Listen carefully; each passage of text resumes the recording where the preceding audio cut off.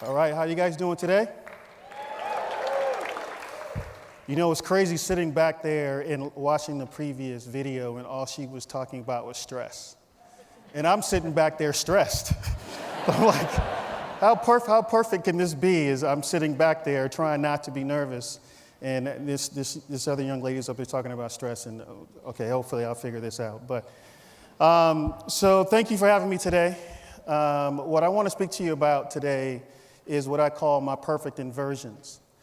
My perfect inversions are those moments where I experienced in my life, my roller coaster journey to lead me to this stage, is those moments in life where I've had some of the most unbelievably exciting moments that turned into some of the more tragic moments in my life. At the same time, I had some moments that were negative moments that I was able to turn around and twist into very positive and constructive moments. So those are what I would call my perfect inversions. So come with me for a little bit on a journey through my roller coaster. This is where it started. This is myself. I'm the little one. So this is my brothers and my sister. That's me, the small one. I think this is probably where I wanted to have the ability to design my own stuff so I can dress myself. Because that wasn't too cool, plaid and two-tone shirt, but it would probably fit right in downtown Portland. But this is the moment where I know this was our first family picture when my mother moved us all from Joliet, Illinois to California. And we were so happy to be out of Joliet because Joliet at the time was one of the more dangerous places in America. And when she moved us there, we were excited because we were excited to go to California, to this city called Inglewood, California. And it was known as the City of Champions. It still is to this day. The problem that we found out later on was Inglewood was just as dangerous, if not more, than Joliet. But for us, it was home. It was our new home, and we held on to the mantra that we are the City of Champions. So even though people didn't consider most inner city kids in Inglewood to be winners, we felt we were winners. Or even though our destiny may have become to be losers. But we wanted to debunk that. My mother always taught us, if we believe in anything that we can do, we will do that. So this is me, again, wishing I could dress myself. My mother, again, put me in plaid pants and a striped shirt. I think I'm wearing Pro-Keds in there. But this is me a few years later. And this is where I discovered her. My older brothers, I have two older brothers that were in the picture, Michael and Ronnie. They were born with the gift to draw, just like I was. And she taught them so much, and they passed it on to me. So I owe a lot of what I've done up to this point, both to my brothers and to the gift that they gave, that she gave to them, and they gave it to me. As I'm in the house, working with that lead, working with that pencil, designing and drawing, trying to escape what's right outside. What's right outside of me was a different type of lead. It was kind of a bit of a war zone at times, but that was my comfort zone. When I was with her all the time, I was protected. That was my escape. This is where I like to be. So I want to stay in that conscious state of mind at all times. This is my fault. So I do remember picking out this chocolate brown three-piece suit. I do vividly remember that, but my mother picked out the striped tie. She did. And I had a fro, and I think everyone's from Inglewood at some point, you had a jerry curl as well. I didn't bring that picture. But this is the moment when I started middle school, and I really started to get serious about this concept of being an artist, but more importantly, this concept of being a designer. Because I knew this is what I wanted to do. And I continued to work hard, continued to learn all the things that she taught me. Continue to practice. Until the point, one day, I entered this design competition, and I ended up winning this competition. Sadly, though, they weren't expecting a 17-year-old kid to show up as the prize winner. But that was okay, because it gave me that moment where I knew that this was something that I could do. It gave me the belief that this is where I needed to be. Unfortunately, a year later, my brother Michael passed away in a tragic car accident. You see, remember I told you, Michael was one of my two brothers that introduced me to her. He taught me everything she taught him. So for me, that was a moment where I had to take things a lot more serious. I couldn't be outside. I couldn't be in the troubles that my other friends were in, and as well as my brothers too. So I had to take things a lot more serious, do things a lot more consciously, because I didn't want to make the same mistakes that my brother made. This is me. Graduation, 60 pounds ago though. But I had my Men in Black suit on, nice tight fade. I was ready to go. This was great because this is actually shortly after my 19th birthday. This is when I became a professional footwear designer. In 1989, I was the youngest footwear designer in this industry. And this was an amazing experience because this was my dream. This was my goal. This is what I felt was my destiny. Shortly after that, my other brother, Ronnie, passed away. He wasn't able to fully see what I was going to be to this day.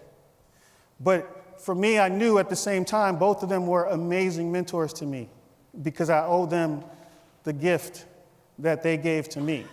And that gift was continue to work with her and craft my craft. I went on to have a pretty successful career in this industry. Worked hard, extremely hard, to the point where I reached, in my opinion, to the pinnacle. I was able to achieve my goal of reaching the most coveted job in this entire athletic footwear industry, being the footwear design director for the Jordan brand. That was an unbelievable dream for me because I knew that my journey led me to that point. All that hard work, all that time I invested paid off at that very moment. Unfortunately, that was also short-lived as well because shortly after that, my mother passed away. What I did not know until I sat with my mother for the last 30 days of her life was that she also worked with her as well. All that time growing up and all the lessons that she taught me all came back to me in those 30 days I had with her life. It started to make me reflect. It started to make me look at my craft a little bit differently. My relationship changed with her. My relationship changed because I didn't know what to do. I was at an impasse. I didn't know where I wanted to go. I didn't know what I wanted to do. So what I started to do was just to think about what were my perfect inversions up to this point. My perfect inversions up to this point was kind of reflecting on what got me to that point. A couple things stood out to me. I was told this as a young kid in high school, that no black kid would ever become a footwear designer. Well, I think I proved that one wrong. She took me from a problem child in Inglewood and turned me into a global problem solver. She turned my dreams into reality, far beyond what I even imagined. She turned death into life for me, and that was special. At the same time, she turned my destiny into a career, and my career into a passion. At that moment, I started to understand that maybe I need to reconnect with her. Maybe I need to re-engage with her. Maybe I need to reintroduce her to other people because she did so much to me, or so much for me, that I want to share her with everyone else. So because I've defied all the other odds, I figured, what the hell? The kid that couldn't go to school, why wouldn't I create a design school? I had nothing to lose, right? I'm from the city of champions. I could do anything, right? So, thank you. So then my perfect inversions turned into how can I make my inversions perfect? How can I turn these negative things that happened to my life into positive things for other people? Because it was no longer about me. It was for the next generation. So that's when the first idea came of how can I look at education differently? Since I didn't go to school, I had no biases of what education was supposed to be because I never learned it that way. So I decided to create education on my terms. I decided to do things my way. So in 2010, I decided to create this school called Pensole. As the announcer said that it's still only one of the only design academies in the U.S. that specifically teaches footwear design. But my mother always told me growing up this quote, "Actions speak louder than words." I've lived my whole life with this quote. And when we started the school, it was about this. I had to put my actions into place because it was no longer good enough to just talk about it. So here's a picture of what it used to look like when I got it, and then now this is what it looks like. Every day, I would go see it built, see it come to life. At the same time, I knew my vision was to be able to identify students from all over the world, develop them, and then place them into jobs. I thought that's what education was supposed to be like. So that's what I wanted to do. Because I couldn't afford to go to school, I wanted to make it free. Free because I didn't want the obstacles that I face to be the obstacles of the next generation to face. So the majority of our programs are free to students, absolutely free. Michael Jordan said, to be the best at anything, you have to love it. And I absolutely agree. This is what I put on every single one of our students. Because for us, it's not about how many students can we produce. It's how can we produce the best students. So for us, it's always about quality over quantity. We have on average 20 students in every one of our sessions, but yet over 500 apply to get in. For us, it's focused. I also want to look at re-examining this word or title, designer. I think over the years it's been bastardized and abused. So I want our students to understand what does it mean to be a designer, not just a footwear designer, not a graphics designer, not a product designer. I want our students to understand the singular title of designer and wear that title proudly. The other thing is we want to look at a global search. We want to assemble our classes based off of the global nature of this industry. Today, our students have come from over 30 different countries. We assemble our sessions the way the industry looks. We're not just local, we're global. The industry's global. I want to teach people global thoughts. I want them to learn from each other. So we assemble the class the way the world really is. John Wooden says, success is when preparation meets opportunity. This is exactly how I got here to this day. My success is based off of the opportunity that I capitalize on. So this is what we do at Pensole as well. We have 3 types of learning that we do. The first one is opportunity-based learning, where through 2 specific programs, the first one being Art Center College of Design in Pasadena, California, one of the top design schools in the world, as well as with FN Platform. It's the largest footwear trade show in North America. Through these 2 programs, we basically put the students front and center in front of the top footwear companies in this industry so they can vie for an opportunity to be employed. The second one is competition-based learning. You always do better when you're competing. So we want to put our students in that position to compete, but not so much compete with the person next to you. It's to compete with yourself. If you understand that no person to your right or to your left can dictate your future, you would look at it differently. I'll challenge our students to shine a light on themselves, put that mirror in front of their face. The other one we do this with is called the World Sneaker Championship. I'm looking for the best in the world. If you want to compete against the world, come hang out with us, okay? The last one is awareness-based learning. This is important for us as well. This program that we do at MIT, it stands for Leaders Emerge After Direction. It's important for high school students to understand that they can be something other than what they see on television. This was me. If I was able to see what I could have been, I probably would have been something a little bit better than what I am, but I think it worked out okay. We do this also through our high school program that we're launching this fall. Again, our goal is to introduce them early, extremely early. Our president, Barack Obama, says change is brought because ordinary people do extraordinary things. We consider ourselves ordinary. We're not anything special.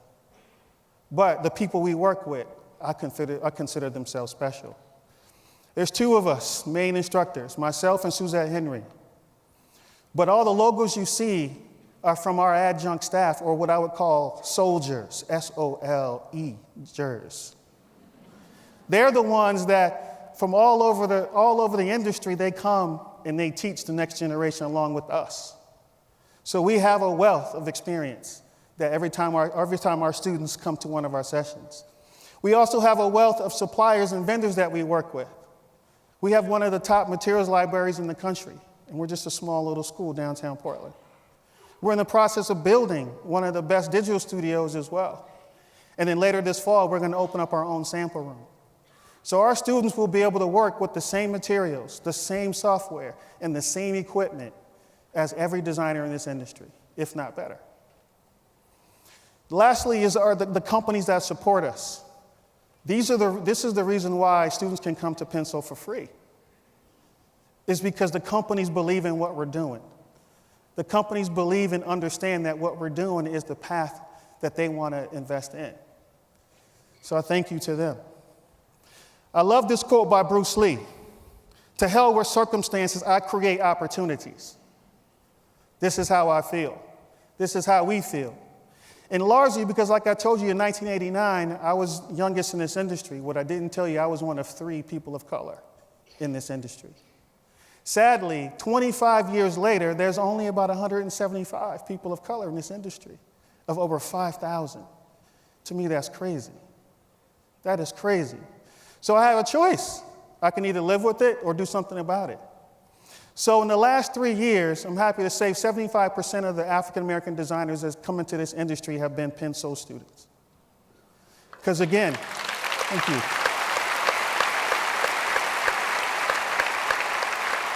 It's really about making something happen. Don't complain about it, do something about it. Maya Angelou says, when you know better, you do better. That goes for every one of us. To date, 65 plus Pensole students know better, and those 65 plus are doing better because these are the companies that they work for. When you know better, you do better. Our success is based off of our results, simply put, our results.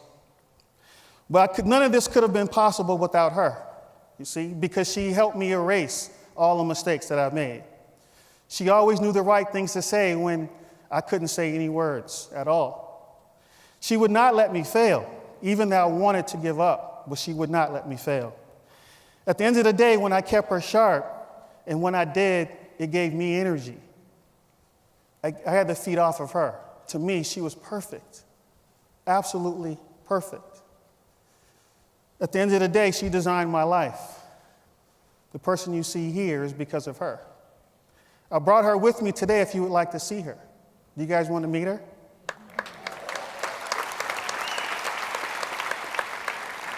This is who she is.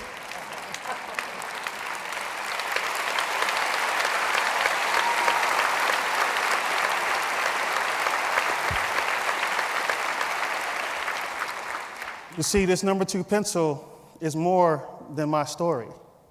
My story was just a vehicle to communicate the power that could happen in something simple. This number 2 pencil is my passion. This number 2 pencil has gave me the career that my brothers and my mother never had a chance to have. This is my passion. This is my perfect inversion. Now, what I challenge you guys to think about is, what is perfect to you? Is it the perfect job? Is it the perfect house? Is it the perfect car?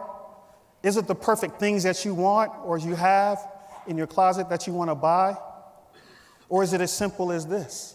What is your passion? I also challenge you to think about, how are you going to leave your mark? How are you going to change the industry that you're currently in right now? I mean, someone gave it to you, right? So why wouldn't you leave it better for the next person that comes into it? That's my challenge to each of you today. Thank you, Mother. Thank you for this quote. This is how I live my life. Actions do speak louder than words. And I want to thank you for giving me the courage to be on this stage today. Thank you for the breath to be on this stage today. And I pray that you continue to give me strength. And I'm done talking. I want to let my actions go back to speaking for me. Thank you.